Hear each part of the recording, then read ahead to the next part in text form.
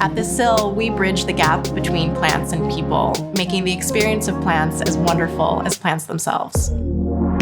There's no such thing as not having a green thumb. It's just the time that you're willing to put in. People really need to just choose the right plant for their home environment, but there's always a plant for every lifestyle. If you're new to plants, I like to recommend a snake plant or a ZZ plant or a pothos plant. Those tend to be incredibly forgiving and very good for a busy person.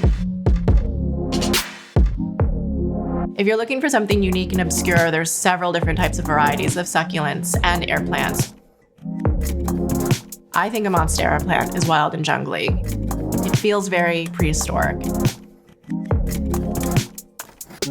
A Marimo moss ball, it's literally a little ball of algae that you can keep in a glass of water. It's kind of like a pet rock.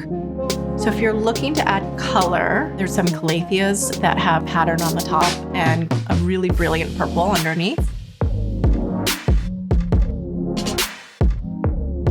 Peperomia not only will be non-toxic to a pet, but if something does eat it, it will completely regenerate from its stem.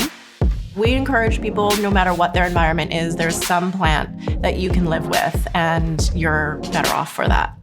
I'm Eliza Blank. I'm the founder and CEO of The Sill in New York City.